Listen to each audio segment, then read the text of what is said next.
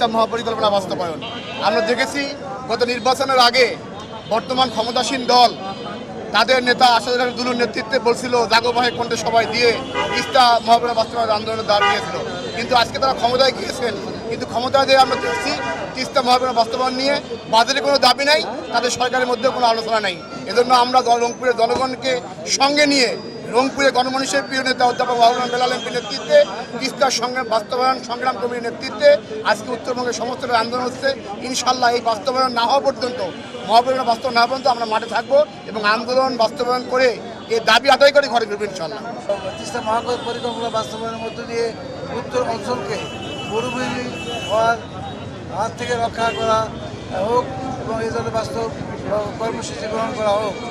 আমরা জানি যে উত্তরাঞ্চল একটি পূর্ব থেকে অবহেলিত অঞ্চল, এই অঞ্চলটিকে আরও যেন পিছনে ফেলে না দেওয়া হয়, পিছনে আরও যেন ক্ষতিগ্রস্ত না হয়, সেজন্য তিস্তা মহাপরিকল্পনা এটি বাস্তবায়ন করা আজকে আমাদের প্রাণের দাবি।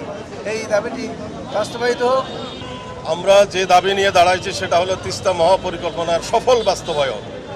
আমরা সরকারের কোনো কার্যকর উদ্যোগ দেখতে পাচ্ছি না।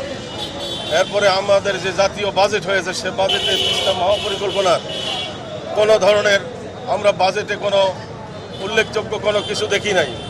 সেই দাবি নিয়ে আমরা এখানে এসেছি, তিস্তা মহাপরিকল্পনা বাস্তবায়ন করার এই দাবি। আমাদের দাবি হচ্ছে এই তিস্তা মহাপরিকল্পনাটা বাস্তবায়ন করা, এবং এটা যতক্ষণ পর্যন্ত বাস্তবায়ন না হবে আমরা ঘরে ফিরে যাব না। এই উত্তরবঙ্গের মানুষ বুক চিতিয়ে দিয়ে কিভাবে গুলি খেতে যাবে, এখানে আমরা প্রয়োজনে গুলি খাবো, তবু তিস্তা বাঁচাবো এবার ইনশাআল্লাহ।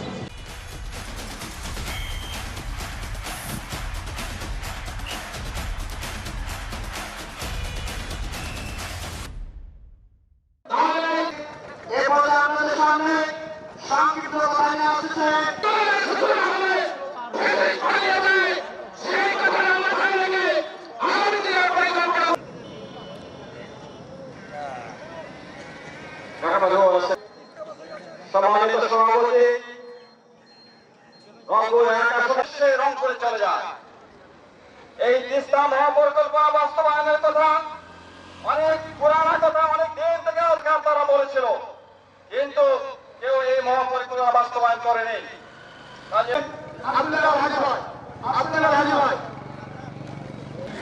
এই পর্যায়ে আপনাদের সামনে সংক্ষিপ্ত কথা আসছে। প্রধান অতিথি হিসেবে এখানে উপস্থিত আছেন রংপুর 1 আসনের মাননীয় সংসদ সদস্য আসসালামু আলাইকুম ওয়া রাহমাতুল্লাহি ওয়া বারাকাতুহু। আমাদের 200 কিলোমিটারের মধ্যে 6টি জেলার মধ্যে এই ধরনের দীর্ঘদিন ধরে একটা পানি উন্নয়ন বোর্ড তাদের দুর্নীতির কারণে এটা একটা কুমিরের মান তৈরি করেছে তারা।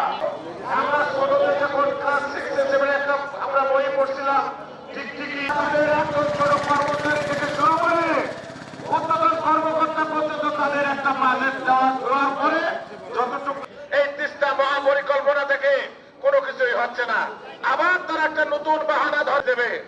আমরা জানতে চাই মাননীয় এই পানি সম্পদ মন্ত্রী মহোদয়, গতকালকে আমাদের 3 জন মন্ত্রী মহোদয় এসেছিলেন, এই তিস্তা মহাপরিকল্পনা বাস্তবায়ন করব, তারা করেনি। এরপরে আমাদের কাউনিয়া ব্যারেজ দিতে দিতে আগামী 3 বছর তাদের সমীক্ষা করতে কেটে যাবে।